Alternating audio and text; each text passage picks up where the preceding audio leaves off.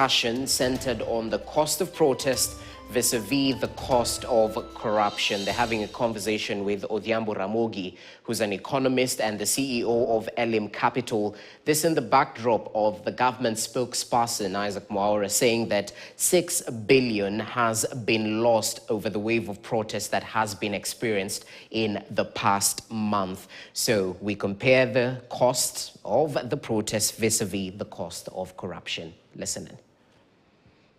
Things for the country qualify that, Ramogi? Well, thank you. There is also the qualitative losses from corruption that we have observed. A few days back, I think I saw an interview where Larry Madowo was talking to a young man and asking him why he was in the streets. And the young man says, my wife thinks I'm a loser. Because I can no longer get employment, and therefore I cannot be the man I should be to the family. What this means is that there are lost services to the public, and that is a fact. You see that in an environment of corruption, the first things that lost when finance bill came and the appropriations bill 2024 was sanitary pads. Linda Mama, the things that really matter to mwananchi wa kawaida are the first things that lost.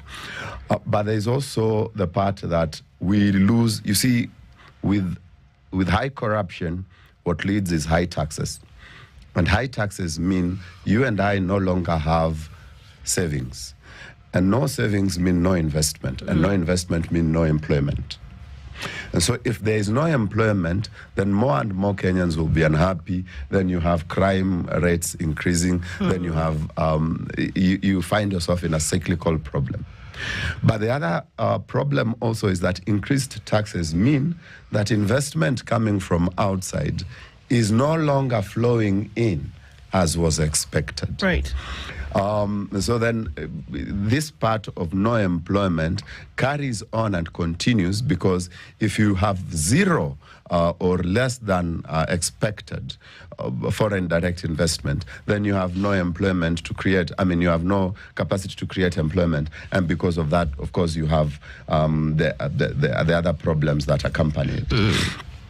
And finally, let me say that there are lost ambitions by young people who would have been educated, whether in the university or in TVET institutions.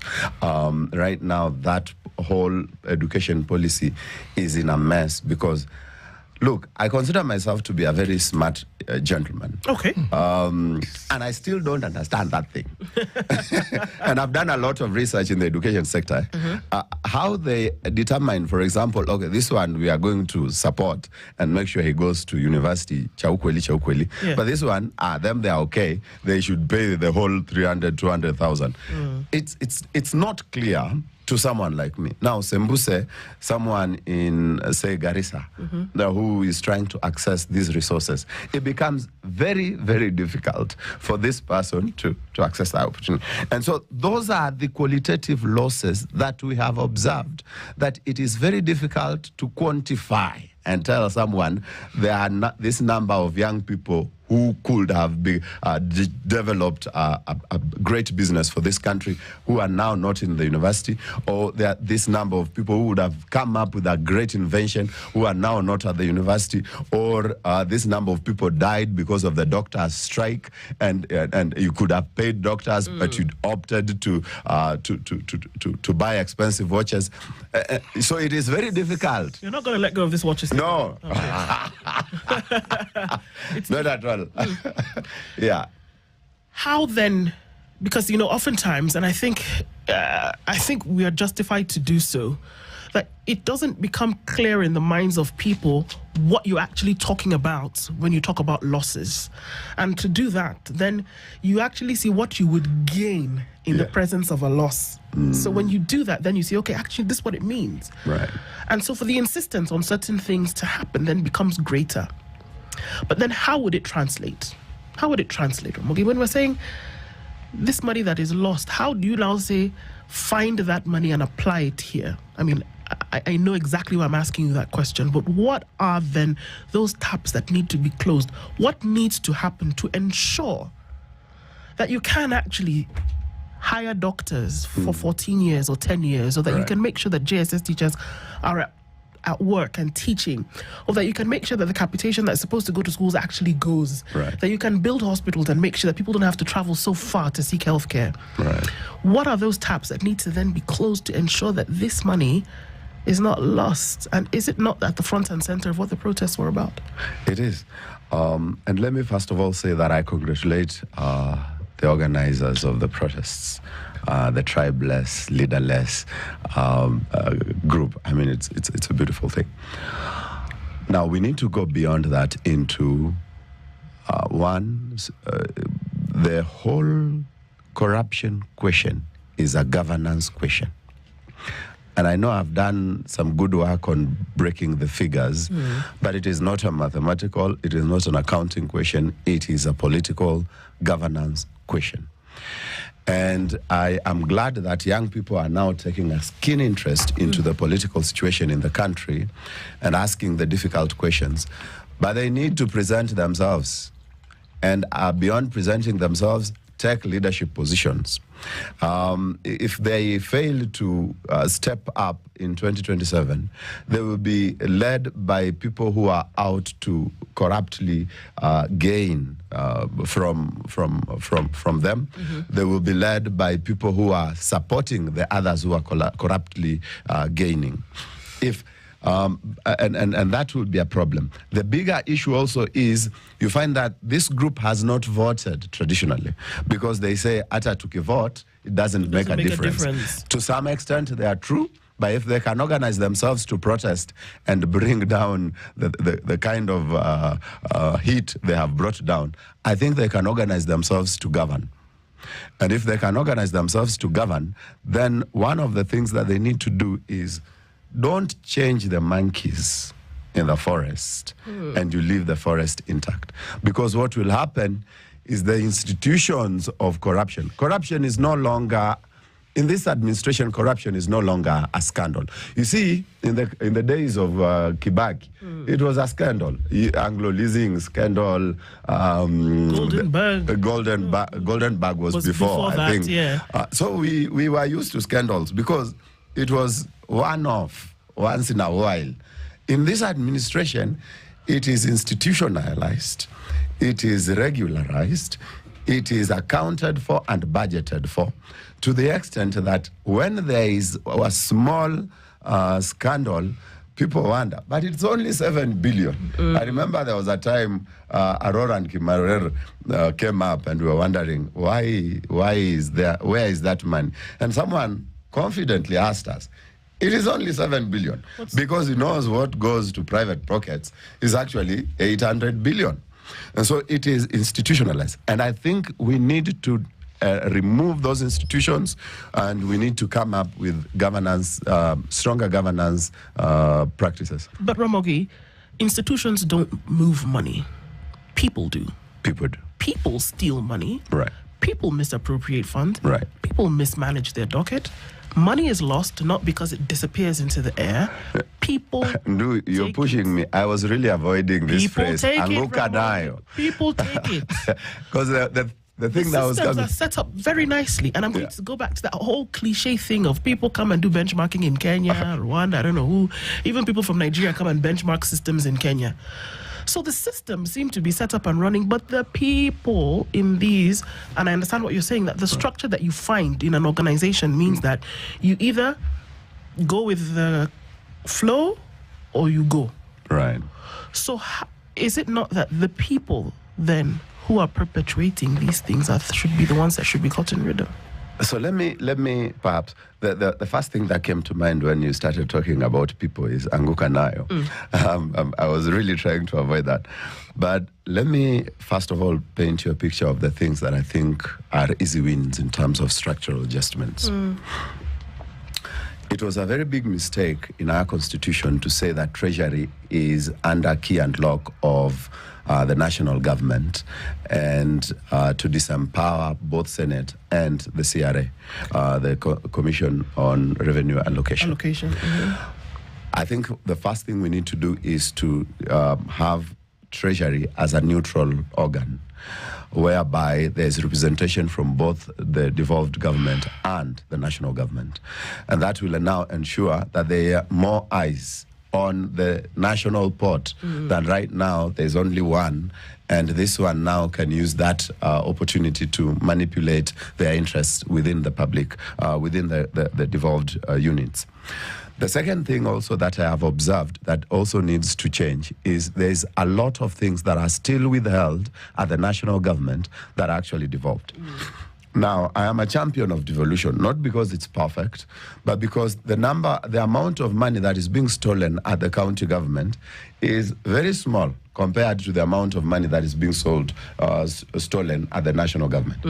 And this is purely on account of the fact that the money going to the national government is a lot smaller. You can the money going to the county government is a lot smaller. And so if it is, for example, going at 5 billion shillings is going to, say, Wajir. Now, you cannot afford to steal, for example, 5 billion shillings going to Wajir. All of it. But at the national government, you have lump sum, huge amounts of money, like the Ministry of Roads receiving 192 billion.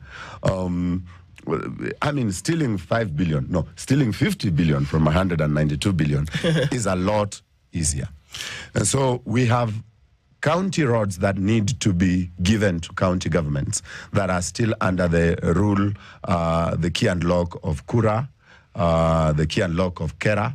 All these are, of course, unconstitutional organs that are controlling money and just trying to centralize corruption. All of these bodies are unconstitutional. They are unconstitutional. But they've been given the mandate to do certain things when it comes to road maintenance. They are unconstitutional because those roads are supposed to be devolved roads. When we devolve a unit called a road, you do not come back and say, okay, you guys can tell us what you want done, and that's us guys will, no, and build it for you, maintain it for you. No. A devolved unit means that the devolved government will have mandate to determine which road and to determine when and to determine how it's going to be made and to implement, because an executive implements, and to implement its construction and to maintain and to report. You cannot then expect a devolved unit, which is expected by law to report on this road. How do they report on a road that they did not build, they did not maintain, they don't know anything about? Every time I hear this conversation, I'm actually amazed at one thing. These problems we discussed did not begin with the Ruto government. No. Everything we have said, they seem to be culminating now. It's like they've reached boiling point now. But this matter of devolved units not being supported in the manner a devolved unit should be, meaning the actual ensuring that a devolved unit is precisely that. Right. Take health. I mean, there's no end to the complaints and to what has been said. The bulk of the money for health stays with the national government. Yes. So you wonder, and let me tell you, the objective of that centralization of the health money is corruption. The objective of centralization of the roads money is corruption. Any president right now who is keen on eating will make sure that their friend is minister for roads, because that's where the eating happens. It is the untouchable ministry. Roads, this administration brought in the energy angle and health. This is where people want to eat. Corruption is happening in places where the law has devolved resources. And again, even as we start, how do you peel back? I know you've talked about, so it sounds to me like you're prescribing what a number of other economists have prescribed today. Shut the thing down, put people in rooms, breakout sessions, and say, how are we then going to make sure that this thing is actually working the way in which it's going to be? Remove the people or break down the systems that allows for such things to take place. Because, and again, you know, somebody said last week that the problem that Kenya is dealing with today is not all these good government, it's corruption. If you deal with this money that seems to disappear, then you deal with or impunity. See, Thank you. Say it's not Corruption corruption. is a manifestation of impunity. It is impunity. Because you think you can do something wrong and get away with it because they historically you've been able to. They know you have been getting away with it. They know. And because they know, they perpetrate the crime. I mean, just think about how bizarre it is that you get to a point where you budget for it. It is budgeted for. And you are actually plundering government coffers deliberately and in literally broad daylight. And somehow we have even accepted, we say, it isn't that much. What do you mean it isn't that much?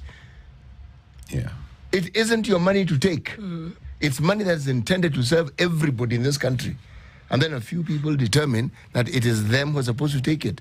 You see, we cannot accept that small corruption is good. This big corruption began as small. And then the tolerance levels just increased to the point where we seem not to be very bothered when someone says, stole 100 million. Even him can't get serious. I mean, why didn't he just take a B? So that we know he has actually taken. I mean, surely, can't you see there's something wrong with our psyche here? We are actually lauding theft and saying, so long as you steal in small quantities, it's not that bad. What do you mean it's not that bad? It is bad. Who's responsible for taking a hammer to this head right now and doing something about it if they really wanted to? Mwananchi. How? The vote. The vote. Mwananchi, and I'm sorry to say this, but I think our democracy has failed because of poverty, and these people know it. And if you ask me, actually, I think we should reduce our taxes because it looks like the amount of taxes we are giving these guys is too much. And so they have to find ways and means of getting it into their private pockets. I believe we could reduce the VAT to 7.5% like Nigeria and still survive. I believe we could reduce pay to 25% like Nigeria and South Africa and still survive. But because I feel we are giving them too much money. But the Mwananchi, on the other hand, is being denied money. And I wish we had time to go into the austerity question, because we are talking austerity as regards now expenditure side. We are not talking austerity as regards can we start austerity from the tax side, so that then while the government is talking about having some resources and managing their resources better, I also, as Mwananchi, is left with some resources to manage better. And you do that by at least reducing the tax. Anyway, back to your question. Who is responsible?